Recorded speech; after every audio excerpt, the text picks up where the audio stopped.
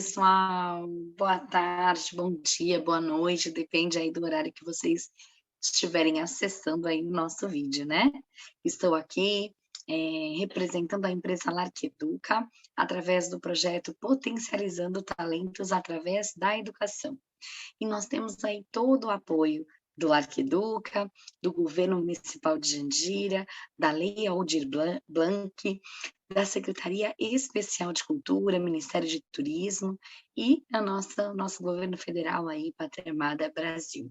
Agradecemos aí a oportunidade de estarmos com vocês e esperamos que o conteúdo aqui transmitido seja um divisor aí no conhecimento que vocês têm até hoje, que agregue, que some, que faça diferença na vida das crianças que vocês atenderem, tá bom? Fazem parte aí desse projeto os palestrantes Elaine Macário, Gladstone Seriacop, eu, que sou Kathleen Zetec Seriacop, e Luana Barbosa. Bom, eu sou pedagoga, sou neuropsicopedagoga clínica, tenho aí uma vasta experiência em recriação, né, sou proprietária da empresa Brincarte e associada à ABRE, que é a Associação dos Recreadores aí do nosso país, né, muito reconhecida e nos dá todo o apoio aí nessa parte lúdica, de desenvolvimento das crianças. E sou proprietária, sócio-proprietária da Clínica Ateliê do Aprender, onde a gente trabalha com crianças, que apresentam dificuldade de aprendizagem, com síndromes, com transtornos, e apenas uma dificuldade, né, na questão dos reforços escolares. Então, espero aí que que eu possa somar aí no conhecimento de vocês, que seja produtivo, tenhamos todos um excelente dia, uma excelente aula, que seja produtivo para todo mundo, tá bom? E nós vamos falar um pouquinho sobre inclusão escolar, né? Esse termo, inclusão escolar, surgiu aí em 1990, né? E o objetivo desse tema era garantir a educação de qualidade para todo mundo, independente das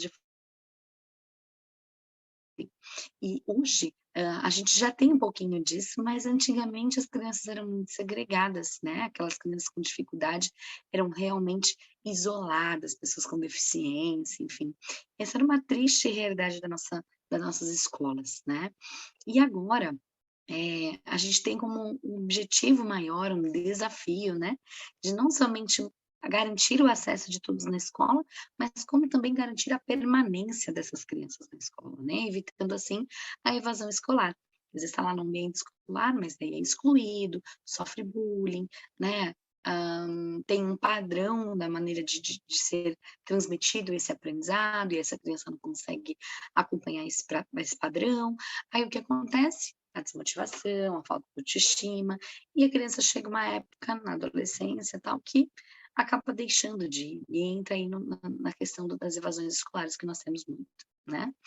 Então é preciso entender que essa inclusão, ela consiste num movimento mundial, todo mundo tem que estar falando a mesma língua, né, aceitando e respeitando essas diferenças e integrando essa criança na sociedade, no grupo, no modelo de aprendizado, no espaço físico disponível, né, trazendo uma modalidade de ensino que perpassa em todos os níveis, né, de ensino, e que garanta que essa criança consiga acessar, se sentir motivada, se sentir pertencente a esse grupo, a esse momento, né, na vida, né, escolar, e lá na frente conseguir se ter acesso a todas as oportunidades que as outras crianças típicas, né, e sem alguma deficiência, tiveram, para o mercado de trabalho, para estar preparada para o futuro, para ter autonomia, para se desenvolver, né. Todos temos direito à mesma oportunidade, né, de termos acesso à mesma oportunidade, independentemente das dificuldades que nós temos, né. Bom, quando a gente fala de inclusão escolar, na perspectiva na íntegra, né, a proposta pedagógica da escola deve estar presente desde a educação infantil até o ensino superior, né, oferecendo atendimento, recursos e serviços que possibilitem esse aluno a aprender e se desenvolver junto com outros alunos na escola regular. Ela não precisa estar num ambiente diferente, receber oportunidades diferentes. Está ali, no mesmo ambiente, recebendo as mesmas oportunidades, às vezes de uma linguagem diferenciada, explorando recursos diferenciados, para que a gente possa aí avançar, né, com essa criança motivada no âmbito escolar, em todos os níveis, né. Existem muitas leis aí que respaldam a inclusão. Dentre elas, nós temos a Política de Educação Especial na Perspectiva de Educação Inclusiva de 2008, né. Esse é um importante documento que resgata a história da educação das pessoas com deficiência, desde a exclusão até os dias atuais, pontuando ainda quem é o público-alvo da educação especial, né. E aí nós damos essa sigla PAEE, público-alvo da educação especial, tá? Ou seja, essa pessoa tem direito a ser atendida num atendimento educacional especial, obtendo assim um sucesso, né, no processo educacional. Então, segundo essa referida política, considera esse público, estudantes com deficiência, transtornos globais de desenvolvimento e altas habilidades, superdotação, né, e atualmente ele é utilizado substituindo termos como excepcionais, retardado, deficiente, pessoas especiais, pessoas portadoras de deficiência, pessoas com necessidades especiais e tantos outros transtornos, e outros termos aí que surjam, né. Então, o correto é nós falarmos público-alvo da educação especial, que é esse PAEE, tá. De acordo com essa referida política, né, é que bom, pessoas com deficiência são aquelas que apresentam um impedimento físico, mental ou sensorial a longo prazo, né. Então a gente não tem um prazo definido para que isso, se cure, se resolva, e às vezes nem tem esse prazo, né, nem existe esse prazo. É algo que vai acompanhar a criança ao longo da vida, né. E aí, nesse caso, aí entra aí como o PAEE, né, o público da educação, público-alvo da educação especial, tá. Pessoas com transtornos globais do desenvolvimento apresentam alterações nas interações sociais de comunicação. Então nós temos as pessoas que têm, uma questão física, né, uma alteração física, e tem um transtorno, tem aquelas que têm transtorno, transtornos globais de desenvolvimento, né. E aí a gente consegue ver dificuldades na interação, dificuldades na organização, na flexibilidade cognitiva, planejamento, atenção, memória, né. Tem aquelas crianças que são hiperativas, que têm dificuldade de manter o foco por muito tempo, né. Então, todas essas pessoas entram aí em quadros de transtornos. E temos as síndromes, por exemplo, síndrome do espectro autista, psicose, entre outros, né. E crianças com altas habilidades são aquelas que têm um potencial elevado, né, tanto na parte acadêmica, quanto na parte intelectual, em diversas modalidades, não só em uma, né. Mas não em todas também. Acontece a dificuldade em uma habilidade e algo muito elevado em outra habilidade, e essas crianças falam: "Nossa, mas as crianças não têm dificuldade, né, porque a gente está falando de altas habilidades, então eu não preciso me preocupar com elas". Precisa, porque, eles desmotivam com muita facilidade. Tudo que é dado, é sabido por eles, eles conseguem tirar de letra com muita facilidade, e isso acaba desmotivando, perde-se a vontade de ir para a escola. Então a gente tem que sempre ter uma carta na manga aí para poder desenvolver esse trabalho com crianças com altas habilidades, tá. Bom, eh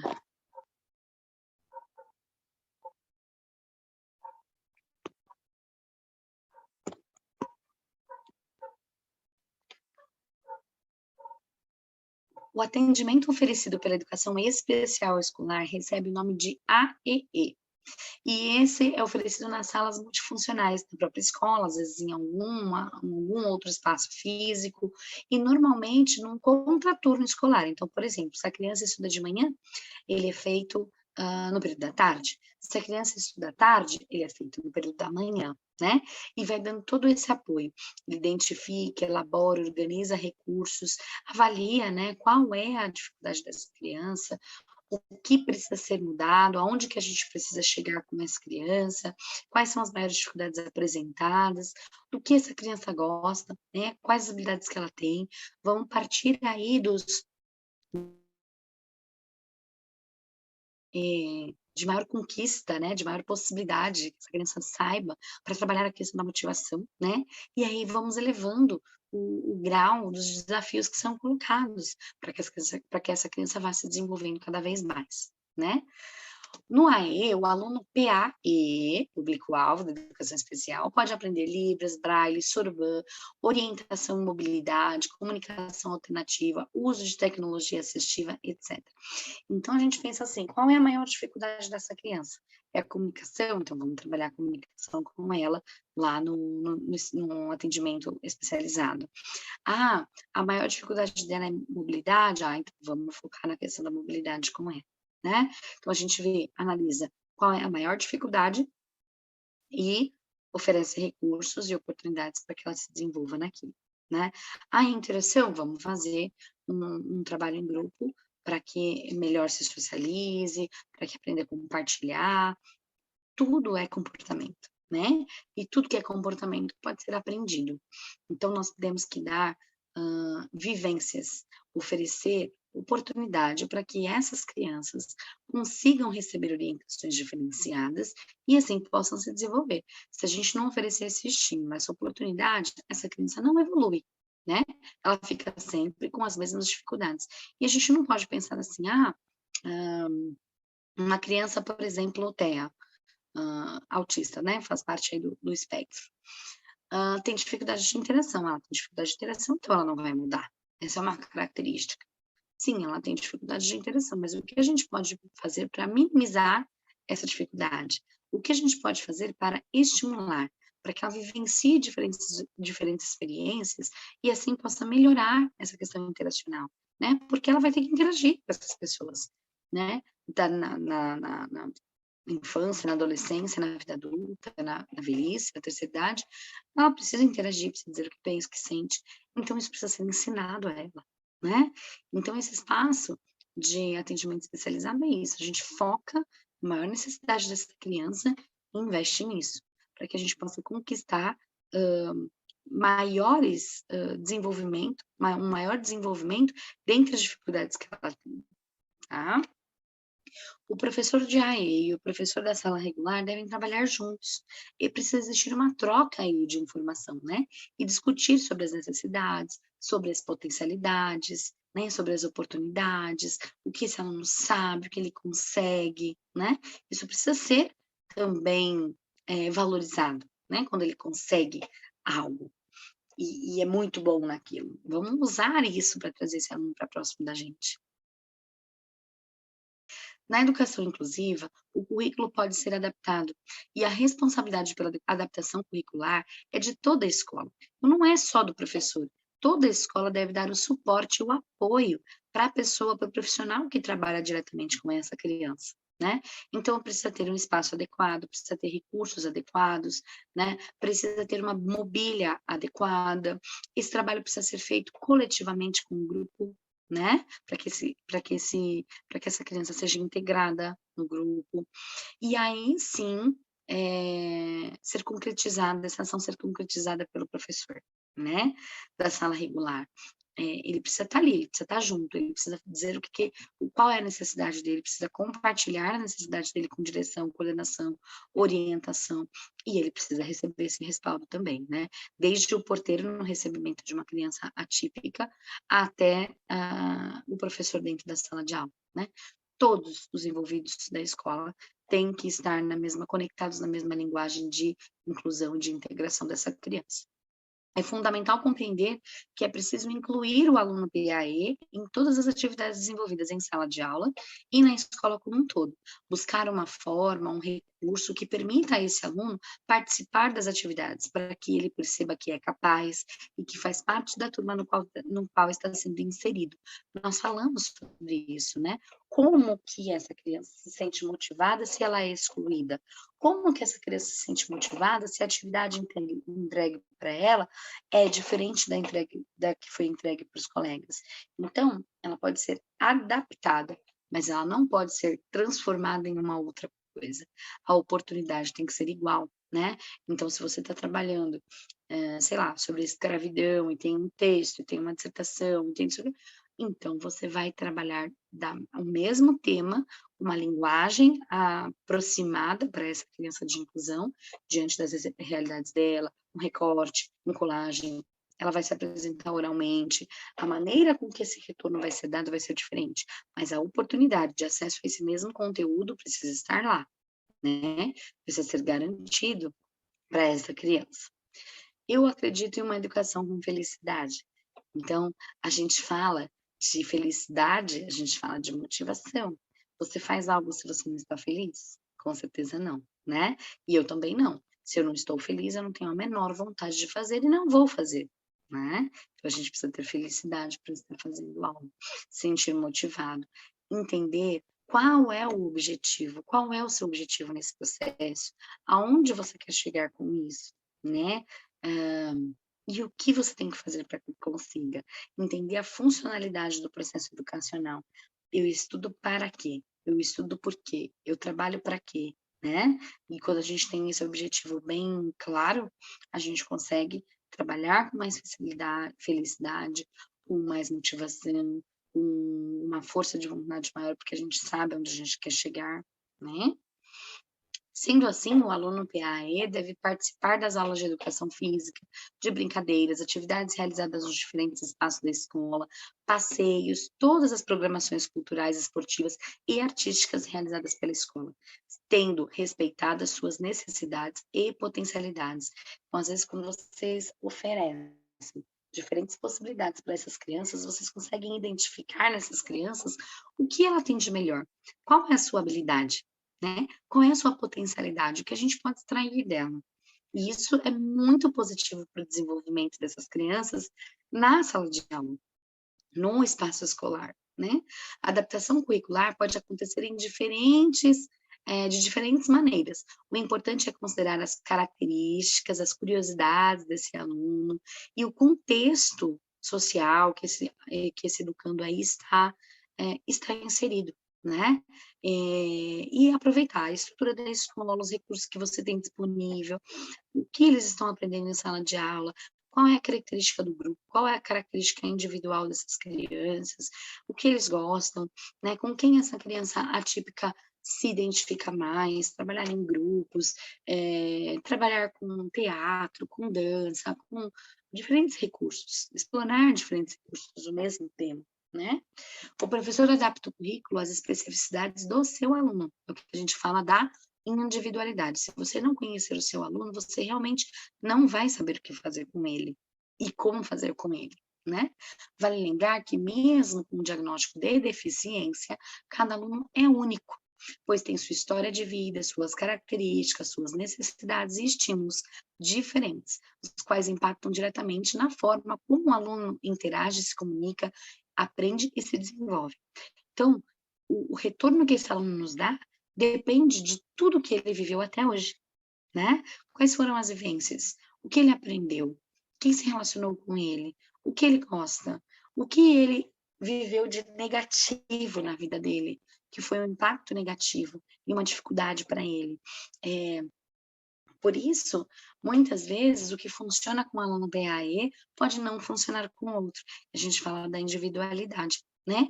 Às vezes, a gente faz exatamente aquilo, a mesma faixa etária, a mesma, o mesmo transtorno. E, eu fiz isso com fulano, eu vou fazer com ciclano, porque vai dar certo. E não deu. E não deu certo. Por quê? Porque as vivências são diferentes, as características, as potencialidades, os gostos, as preferências de cada um, né? As dificuldades são diferentes, a história que cada um viveu, as vivências que cada um tiver, né? Então, tudo isso faz diferença no resultado final. Se a gente não compreender a individualidade de cada um, a gente não consegue trabalhar com esse aluno de maneira satisfatória, né? Aí vem uma frase que me chama muita atenção. Daí a importância do professor na sala regular estabelecer parcerias, ter apoio de toda a escola, de todos os profissionais que nela atuam. Ele vai conseguir sozinho? Não, ele não vai conseguir sozinho, né? A dificuldade, na maioria dos professores do ensino regular, é planejar e realizar as adaptações curriculares na sala de aula, pois muitas vezes o foco está nas limitações desse aluno, no diagnóstico de deficiência que ele tem, e não nos recursos que utiliza. E assim, gente, conhecimento, né? Se a gente não buscar o conhecimento, eu tenho um aluno autista na sala de aula e eu não sei o que fazer com ele. Mas e aí, quem tem que saber? É você mesmo, né? Então, se você recebe um aluno em sala de aula autista, você vai ler sobre o assunto, você vai estudar, você vai buscar conhecimento, você vai procurar entender quais são as características do transtorno, né, da deficiência, porque o autismo é uma deficiência, e o que fazer para melhorar as condições desse aluno. Depois de você entender o autismo, você vai querer entender sobre quem é essa criança? Não. Primeiro você entende quem é essa criança. Qual é as suas preferências, quais são suas preferências, quais são as suas dificuldades, quais são as suas potencialidades, o que ele quer, qual é o seu sonho, né? E partindo daí a gente vai trabalhando todas as outras questões, né? E depois você entende o autismo. Aí você trabalha a criança com o autismo e não o autismo na criança, né? A gente precisa, por isso que a gente precisa conhecer o nosso aluno, né? De uma forma integral, né? A importância do professor da sala regular é estabelecer parcerias. Então, direção, coordenação, orientação educacional, professores de arte, de educação física, de informática, e qualquer outro que tenha, vocês precisam trocar informações sobre essa criança, não só sobre a criança atípica também, né? A troca precisa existir dentro da escola. E, principalmente, essas crianças atípicas que fazem o AEE, né, que tem lá o atendimento especializado, trocar com eles também. Olha, a minha maior dificuldade em sala de aula é a comunicação, né? Eu preciso que ele se comunique melhor. Ele precisa conseguir dizer que ele precisa ir ao banheiro, beber água, né? Não adianta focar só no conteúdo da escola, mas e o restante? Como é que essa criança está interagindo com o outro? Como é que ele se vira nas práticas do dia a dia, atividades de vida diária, né? Ele precisa conseguir expor essas coisas, expor o que pensa, o que sente, o que quer, ir ao banheiro sozinho, se vestir, amarrar o cadarço, escovar o seu dente, né? Então, tudo isso é compartilhado com a EE, e aí isso é trabalhado em contraturno escolar, né? Na escola, o professor vai sim adaptar o currículo e oferecer a mesma oportunidade para todos, integrar esse aluno, ter os recursos necessários para poder trabalhar com diferentes recursos com essa criança, em grupo, oralmente, através de vídeo, de dança, com massinha, enfim, a criatividade, as oportunidades são muitas, né? Mas oferecer a mesma oportunidade com recursos diferenciados. O AEE vai trabalhar o restante. Como se troca, como escova o dente, como se comunica, certo? Ai, olha, ele não se concentra. Ele não se concentra. A concentração está completamente ligada ao equilíbrio. Então, vamos melhorar a questão do equilíbrio dele para poder focar na atenção também. Melhorando o equilíbrio, vai melhorar a atenção. Então, lá no especializado, ou com o professor de educação física, a gente vai focar na questão da coordenação motora grossa, no equilíbrio, né? Andar de um pé só, andar de costas, andar de lado, enfim, tantas outras possibilidades que a gente tem para trabalhar o equilíbrio, certo?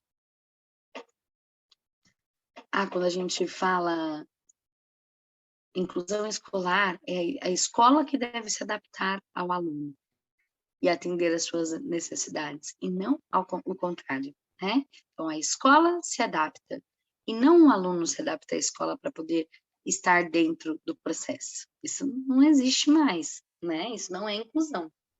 Para realizar a adaptação curricular, o professor deve considerar o currículo previsto para o ano escolar em que o aluno PAE está inserido, para não planejar a aula, planejar como trabalhar o mesmo conteúdo com esse aluno, pensando nas características desse aluno, nos recursos e tecnologias que ele usa e como ensiná-lo. É preciso avaliar e refletir sobre a adaptação realizada constantemente, pontuando o que deu ou não certo, para que o que o aluno aprendeu, que ainda precisa ser trabalhado, nas formas de ensino e nas atividades que facilitem o aprendizado do aluno. Então, é uma constante avaliação, né. A gente identifica os pontos que são as potencialidades, identifica as fragilidades e começa a trabalhar em cima disso, né, em paralelo. Não é porque ele sabe que eu não trabalho mais, pelo contrário, a gente tem que usar o que ele sabe para trabalhar e ele conseguir se sentir motivado, né. E aí, ok, aí a gente trabalha as fragilidades, mas daí ele conquistou, eu vou continuar trabalhando? Não, não preciso mais. Mas eu vou continuar incentivando, estimulando. Eu acelero, ofereço uma outra coisa e retomo naquilo que ele já tinha conquistado. Eu vou e volto, como se fosse uma espiral, né. E aí, a gente começa a identificar nessa reavaliação, o que deu certo, o que não deu certo, o que a gente precisa melhorar, o que ainda ficou para trás, né, quais as lacunas que ficaram, sendo facilitadores para esse processo de aprendizado, né, para que esse aluno se desenvolva. Esse é o nosso objetivo, certo? O desenvolvimento do aprendizado, o estímulo das potencialidades dessa criança, é o que a gente tem como foco, né. O currículo a ser desenvolvido com o aluno não deve ser um currículo diferente, é o que a gente vem falando até agora, né. A adaptação está nos ajustes e nos auxílios que o aluno precisa para aprender. Por exemplo, um aluno com deficiência física, que tem dificuldades motoras nos membros superiores, não pode conseguir segurar um lápis para escrever seu texto, mas ele pode usar um engrossador que facilite a apreensão do lápis, como pode usar um computador ou ainda criar uma história oralmente enquanto outra escreve o que ele diz, sendo seu escriba. Então, ele está trabalhando o mesmo conteúdo, mas utilizando recursos diferenciados, uma vez que a dificuldade dele é na escrita, né? Então, eu não preciso deixar de trabalhar com essa criança porque ele não está alfabetizado, eu posso trabalhar esse tema de diferentes formas.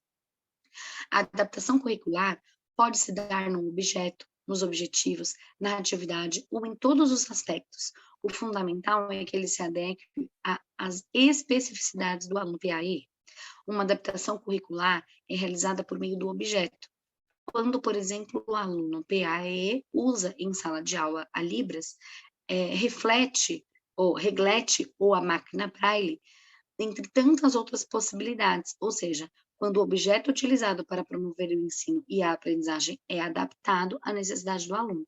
Então, a gente vê o que esse aluno precisa, utiliza esse recurso, e aí, com esse recurso, esse aluno consegue avançar. Sem esse recurso, ele não consegue. Então, aí o problema está onde? Se eu não oferecer o recurso, o problema está onde dele não aprender? Em mim mesma, porque eu não avaliei, eu não sei o que ele precisa, não sei que recurso utilizar, não ofereci esse recurso, por isso eu não dei. Ele teve a oportunidade? Não. Ele aprendeu? Não também. E aí a responsabilidade é nossa, enquanto professor em sala regular, né. Nossa, da escola, do diretor, do coordenador, que precisa nos dar esse suporte, certo? A adaptação curricular nos objetivos da atividade se dá quando, a partir do mesmo tema ou conteúdo, o professor adapta o objetivo da atividade de acordo com a especificidade do aluno do momento. Se o aluno ainda está se alfabetizando, por exemplo, ao invés de ele escrever um texto, ele pode escrever uma frase, encontrar palavras no texto, ou etc.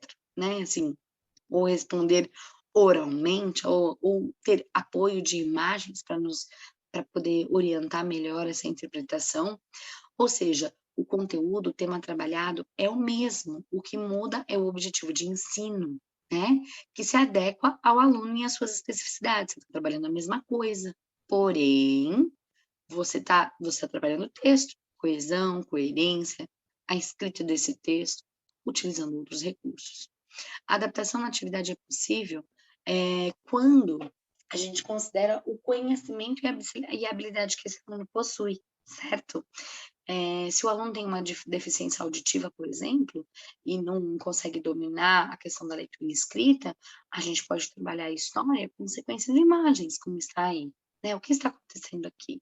Ele vai responder oralmente, né? A gente pode se comunicar através de imagens. A gente pode solicitar lá no AE o PEC, né? para poder, através de imagem, ele conseguir dizer o que quer, o que pensa, o que sente, e a gente conseguir manter uma comunicação. Porque a comunicação é a base de tudo, né? Se a gente não conseguir se comunicar com os nossos alunos, as dificuldades vão ser muito grandes. Não há receita de como fazer, pois a inclusão escolar é primordial identificar as barreiras que existem, né? E aí partir dessas barreiras e criar possibilidades práticas para que esse aluno consiga se desenvolver. O professor deve estabelecer parceria com todos os profissionais da escola, nós já falamos sobre isso, e dividir essas responsabilidades, em especial com o professor de AE, porque é o que vai complementar o trabalho e as dificuldades que você sente, que o professor regular sente em sala de aula. Como é que esse AE vai, o que ele precisa trabalhar, o que é importante que ele trabalhe, quais são as dificuldades que vocês conseguem observar em sala de aula, que são dificuldades gritantes, para a gente melhorar aí o relacionamento dessa criança com o grupo, o desenvolvimento no aprendizado, a autonomia dessa criança, né? De amarrar o cadarço, de ir ao banheiro sozinho, de se vestir, de falar o que quer, né? Então, o AEE vai te dar toda essa base. E outros profissionais também, se essa criança tiver um fonoaudiólogo, um TO, um psicólogo, um neuropsicólogo, um neuropsicopedagogo, um psicopedagogo, quais os profissionais que estão por trás desse atendimento, né? E procurar ter parcerias aí com eles. Para sistematizar a proposta de trabalho com o aluno PAE, sugere-se a elaboração do Plano Educacional Individualizado, chamado de PEI, tá? Plano Educacional Individualizado, que consiste em um documento que o professor registra as características do seu aluno, os conhecimentos que ele domina e o que ele ainda precisa desenvolver. Geralmente, o PEI é organizado em 6 áreas, conforme pontua SASAC. Então, vamos lá. Habilidades acadêmicas, habilidades de leitura, de escrita, conhecimentos matemáticos, habilidades de vida diária, como se locomover, como cuidar da própria higiene, como organizar as suas pertences, habilidade motora, que entra coordenação motora, equilíbrio, movimentos que consegue sozinho, habilidade social, que se refere à interação dessas pessoas, com um grupo, com um professor, com uma família, o lazer, onde passeia, onde gosta de ir, o que gosta de fazer, pratica esporte, não pratica esporte, e profissional, né? Se ele consegue seguir aí comandos, instrução, de que se domina algum recurso, qual a potencialidade que esse aluno tem, né? A partir do PEI, o professor define quais os recursos que o aluno vai precisar e que tipo de adaptação será necessária, como se fosse um norte esse profissional, né? E é um registro de trabalho também feito pelo professor, a partir do qual a família do aluno, do PAE, né, e a equipe escolar poderão acompanhar o desenvolvimento e as informações estarem conectadas, né, alinhadas, todo mundo falando a mesma língua, do que funcionou, do que precisa, do que já deu certo, do que precisa ainda ser trabalhado, né? O que a gente precisa desenvolver ainda nesse aluno. O professor pode transformar o avanço do PAE em conceitos utilizados no sistema escolar, A, B, C, D, E, notas de 0 a 10. O PEI deve acompanhar o boletim escolar do aluno, certo? Porque é a partir dele que a gente consegue acompanhar o desenvolvimento acadêmico do referido aluno. Então, a gente vê aí aquele aluno que tirou 10 porque ele estudou e foi bem, mas aquele aluno PAE, ele teve um desenvolvimento tão grande, ele não vai fazer a mesma prova. Ele não vai ser avaliado da mesma forma, mas a gente consegue entender, através do PEI, o quanto esse aluno conseguiu se desenvolver, quais as habilidades foram trabalhadas, como ele avançou e o que ainda precisa ser trabalhado, né? Isso entra como um processo de avaliação mesmo. Alunos surdos podem se comunicar por meio de Libras, ou ser oralizado, e conhecer a sua forma de comunicação é fundamental para que o professor planeje a sua prática e adapte o seu currículo. O uso de recursos visuais, dramatização, são indicadas para esses alunos, independentemente da forma de comunicação utilizada, e podem estar presentes na rotina escolar, beneficiando não apenas o aluno surdo, mas toda a turma, né? Imagina que oportunidade a gente ter um aluno surdo em sala de aula e as outras crianças vivenciarem as suas necessidades. Isso vai ser um aprendizado como um todo, para todas as crianças. Certamente essa criança que passar por uma oportunidade de ter um aluno surdo na sua sala de aula vai querer sim Estudar Libras, vai querer sim saber como se comunicar com esse aluno. Como que eu vou me aproximar dele? É uma oportunidade de aprendizado. Alunos com deficiência física apresentam as mais variadas características. Logo, o professor precisa escolher o aluno e as tecnologias, os recursos que ele domina e utiliza, e a partir disso planejar as adaptações necessárias, sejam elas no mobiliário, na estrutura, na organização da sala de aula da escola, nos materiais utilizados, etc. O professor consegue isso sozinho? Não. Precisa de parceria. Precisa de uma direção, de uma coordenação, de uma orientação educacional, preocupadas em estabelecer essa linha de raciocínio dentro da escola, a linha de inclusão, de integração. E não é algo que a gente fale como, nossa, é um plus da nossa escola. Não, é a nossa responsabilidade, é a nossa obrigação, não é um plus, né? A gente não pode vender, olha, essa escola tem um atendimento inclusivo, ó, integrador. Gente, isso tem que ter em toda escola. Não é algo extra. Não é uma atividade extracurricular. A gente precisa entender que isso faz parte, da lei. Nós somos obrigados a garantir o acesso e a permanência de todos na escola, independente da sua condição física, emocional, social, internacional. Não importa.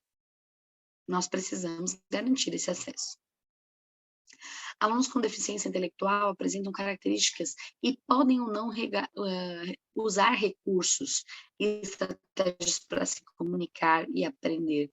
Logo, é preciso, antes de mais nada, conhecer o aluno e suas habilidades para poder planejar as adaptações. Voltamos lá na questão de conhecer o aluno, né? Alunos com transtornos globais de desenvolvimento, em geral, apresentam dificuldades em se comunicar e se socializar, além de movimentos repetitivos, estereotipados, características que precisam ser consideradas pelo professor. Vocês sabiam que a estereotipia é uma forma de organização do autista? Então, não fica toda hora, para com isso, para com isso. Ele está se organizando. A gente precisa sim fazer com que essas estereotipias diminuam, mas existem estratégias e recursos para isso, né?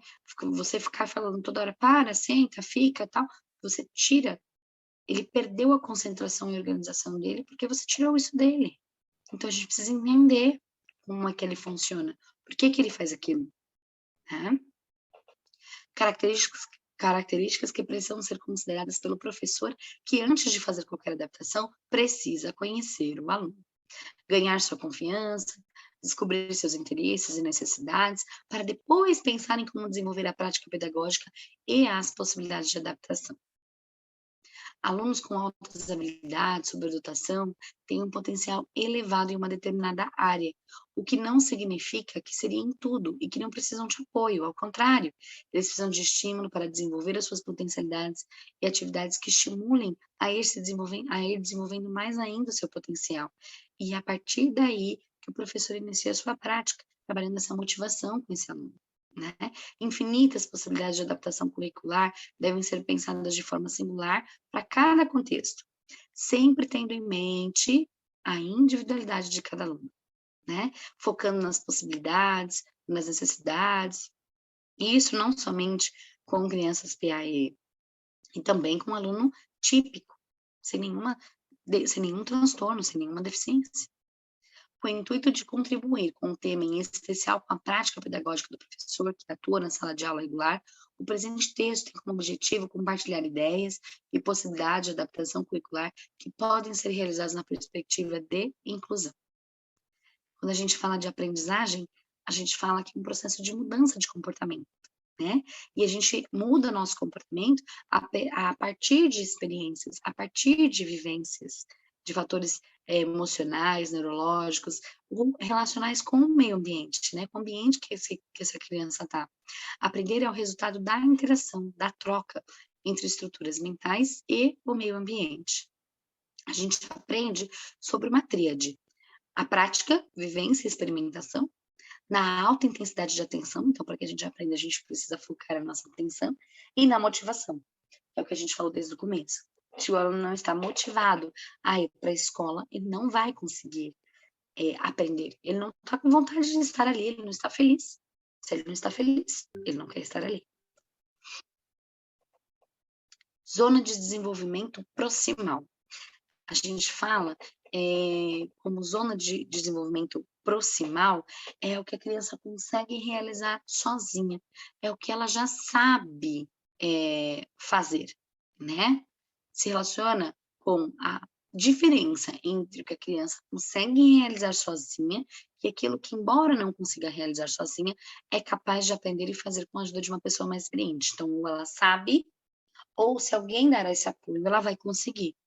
Então, é tudo que a criança pode adquirir em termos intelectuais, quando lhe é dado o suporte educacional, devido, quando lhe é dado essa oportunidade, esse apoio, né.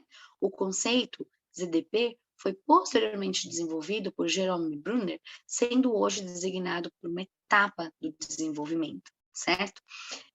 Quando se compreende que o aprendizado está diretamente ligado ao ensino, isto é, necessita que esse ensinante, em qualquer uma de sua existência, oportunize esse aprendizado para o educando, né. A gente precisa receber essa oportunidade para que aprenda, certo? Então a gente tem lá a zona de desenvolvimento proximal, a zona de desenvolvimento potencial e a zona de desenvolvimento real. E existe uma distância entre elas. A zona de desenvolvimento potencial, a gente consegue resolver esse problema tendo ajuda, tendo apoio. E a zona de desenvolvimento real, a gente consegue resolver de maneira individualizada, ele consegue sozinho, certo? E a gente caminha de uma zona para outra constantemente, né? E quando a gente fala de sinapses, que estão completamente conectadas aí ao aprendizado, a gente fala de um contato entre 2 neurônios, né? Eh, em uma célula muscular que conduz ou transforma a informação, ela gera uma conexão entre elas, né, de processamento de informações sensoriais, visuais e motoras. E quando essa sinapse acontece, gera um aprendizado. Só que não adianta só acontecer a sinapse, a gente precisa continuar oferecendo esses estímulos para que, esse aprendizado se desenvolva e seja armazenado de alguma forma, né. O aprendizado se dá no sistema nervoso central quando uma nova informação chega, produz uma mudança, resultando em um aprendizado.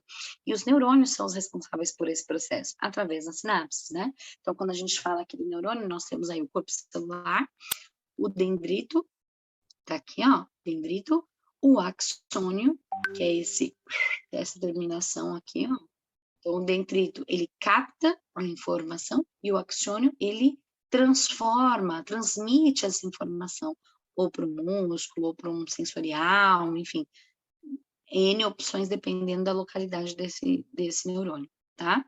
E aqui em volta do nosso axônio, nós temos a bainha de mielina, que ela é responsável pela condução desses impulsos elétricos, certo? Quanto melhor mielinizada, mais rápida é a passagem dessa informação. Os comportamentos analisados perpassam pela funcionalidade neurológica, por isso é importante saber como esse processo vai acontecer, tá? Quando a gente fala aí das podas sinápticas ou neuronais, é a capacidade que nós temos de criar essas conexões, né, neurológicas, à medida que formos utilizando. Então, a gente utiliza e isso vai se transformando, vão tendo mais sinapses. É como se a gente estivesse numa academia e a gente faz lá a nossa musculação, quanto mais a gente faz a musculação, melhor os nossos músculos se definem, né, mais fortalecidos os nossos músculos ficam. A mesma coisa são os nossos neurônios, as nossas sinapses. Quanto mais a gente estimula, mais a gente está preparando aí essas sinapses, oferecendo oportunidade de outras conexões, né. Por isso que a gente não pode parar, a gente tem que estar sempre oferecendo estímulos e recursos para o aprendizado em diferentes áreas, né. E isso acontece um amadurecimento, neurológico. A prática tem que acompanhar os períodos neurobiológicos, considerando essas mudanças para crianças típicas ou não.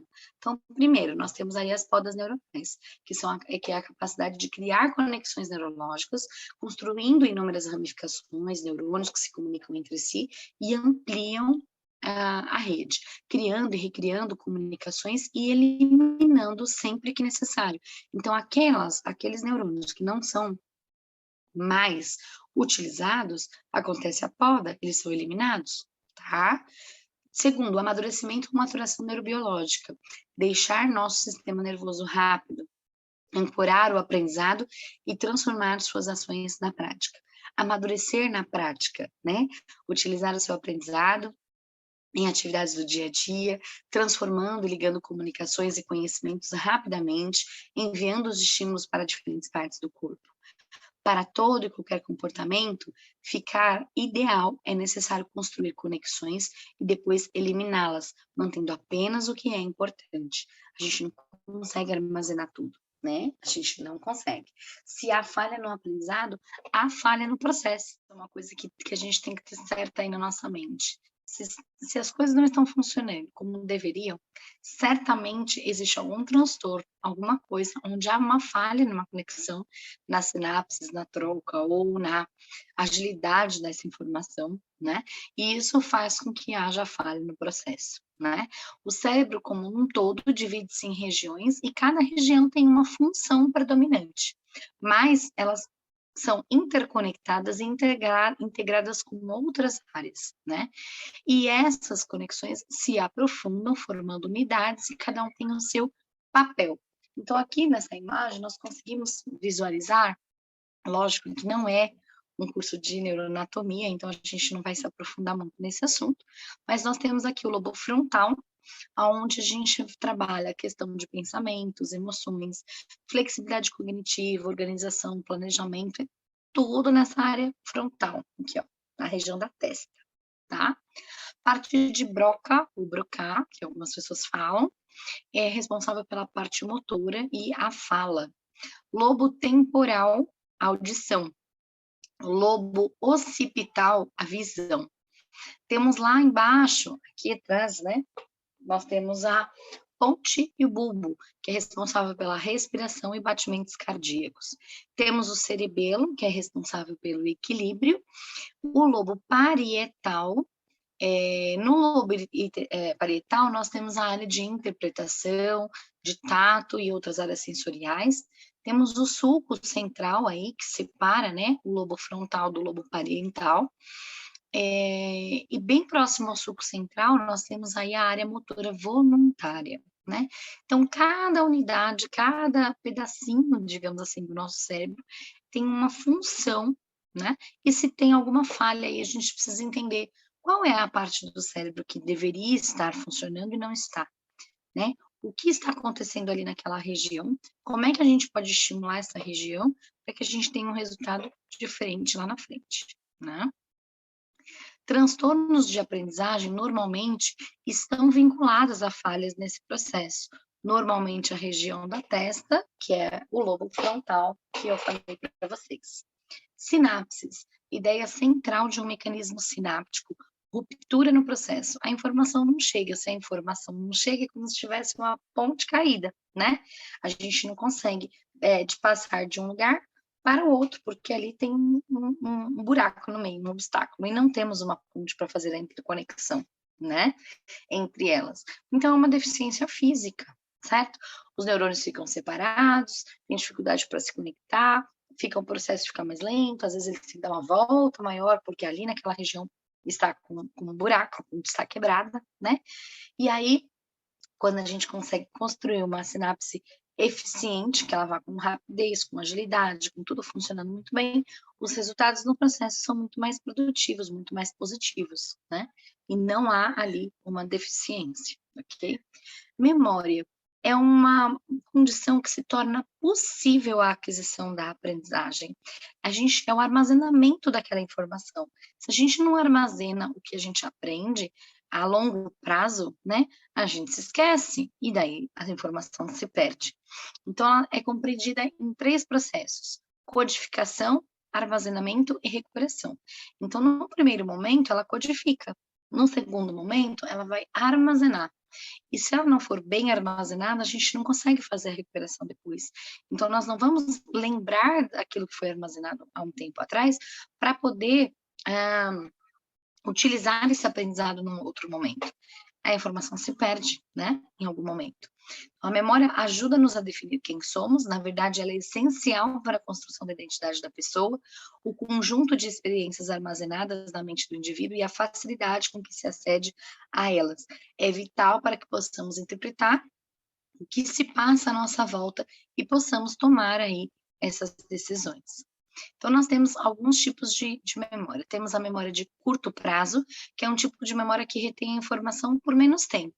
É aquela rapidinha, tipo anotar o telefone, você fica falando várias vezes lá o número para você decorar, você decora depois que você usou aquele telefone, você não vai precisar mais, ou que você agendou na sua agenda aí do celular, acabou se você esquecer, né? É uma memória de curto prazo, é por pouco tempo. Tem a memória imediata e a memória de trabalho. A memória imediata é a informação logo que é recebida, o nome de alguém que a gente acaba de conhecer e tal. Memória de trabalho, muitos pesquisadores a identificam como sinônimo de memória de curta duração. Ela é muito simplista. A memória de trabalho é um sistema de multicomponentes. É um pouco limitada, relaciona a manutenção temporária, então fica ali pouco tempo o processamento dessa informação durante a execução daquela tarefa tal, e depois ela se perde. A não ser que você precise dela muitas vezes, aquilo passa a ter um significado para você, ela passa a ter uma importância, uma utilização frequente e tal, e aí isso acaba se tornando uma memória armazenada. E aí ela vai lá para a memória de longo prazo, né? Que retém recordações, episódios, fatos da vida, enfim. São memórias que são guardadas aí, a gente consegue falar dela muitas e muitas vezes, né? E aí nós temos a declarativa, que é aquela que você consegue contar, né? Você conta o fato daquela memória, algo que aconteceu no passado, está ali, aquela informação está armazenada para você. Não declarativa é aquela que você sente, só que você não consegue contar oralmente, ela não pode ser ensinada, tá? Um bom exemplo disso, por exemplo, é aprender a dirigir. Você, com o tempo, você faz tanto aquele trabalho, né? Faz tanto, utiliza tantas vezes que você armazena, só que você não vai falar, olha, então, quando eu aprendi a dirigir, agora você faz isso, agora você faz aquilo, agora eu fiz isso, agora... Não, ficou automatizado aquilo para você, você não precisa ficar declarando, né? Semântica, que é conhecimentos organizados do mundo, por exemplo, lembramos o dia que o Brasil foi descoberto, quem o descobriu, enfim, são informações que ao longo do tempo a gente escuta e fica ali armazenado, né? E episódico, que é autobiográfico, envolve acontecimentos da vida. Um episódio, um dia de um casamento, uma coisa especial que aconteceu, que você armazenou e aquilo ficou guardado para você. É o que a gente chama aí de memória de longo prazo. Como memorizamos alguma coisa? Através da prática, da repetição, de muitas vivências, muitas experiências. Então, aquilo passa a ter o que significado para você. Alta atenção e muita motivação melhora a inteligência, a aquisição verbal, muitas habilidades, as questões motoras, e isso passa a ficar fixo, é uma informação adquirida. Se essa informação foi adquirida, ela transforma a sua ação. Se ela transforma a sua ação, isso significa que ela se tornou um aprendizado. E aí eu finalizo com esse sim, eu posso, né? Vocês acreditarem que vocês podem, vocês conseguem aprender, todos nós conseguimos. O seu aluno atípico consegue, depende do recurso, do que você vai fazer por ele, qual oportunidade que você vai dar para ele, né? Será que você está explorando todas as possibilidades para que ele avance? Ou não? Tipo, não, ele não consegue, nem vou dar porque ele não consegue. Vamos, ele consegue. Sim, eu posso. Sim, ele pode. Sim, você pode. E é isso. Muito obrigada. Encerramos hoje mais um curso falando sobre a educação inclusiva. Espero que vocês tenham gostado. Que se um pouquinho aí do que eu falei pode ser somado aí no aprendizado de vocês, que fique, que tenha significado, que seja motivador e que isso tenha um significado para vocês. e transforme aí a realidade de alguns alunos, eu já vou ficar muito feliz. Agradeço aí a Lei Aldir Blanc, Jandira, Governo Municipal, Larqueduca, Governo Federal, Ministério do Turismo, Secretaria Especial da Cultura. Um grande abraço para vocês, deixe meu contato, 11 98599 1303, e o contato aí do Larqueduca, gladstone@larqueduca.com.br. Acessem nosso site, procurem nossas redes sociais, incluam aí no contato de vocês, estamos à disposição sempre que possível para somar aí na vida de vocês, viu?